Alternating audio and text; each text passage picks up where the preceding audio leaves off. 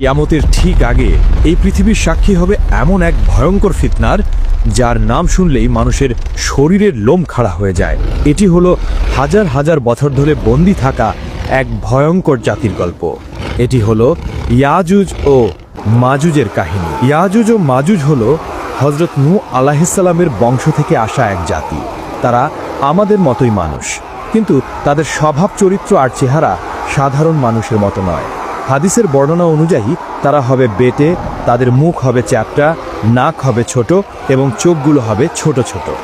তাদের সংখ্যা এতটাই হবে যে তা মানুষের কল্পনাকেও হার মানাবে। তারা যখন কোনো একটি নদীর পাশ দিয়ে যাবে, তখন তারা সেই নদীর সমস্ত পানি পান করে শেষ করে ফেলবে।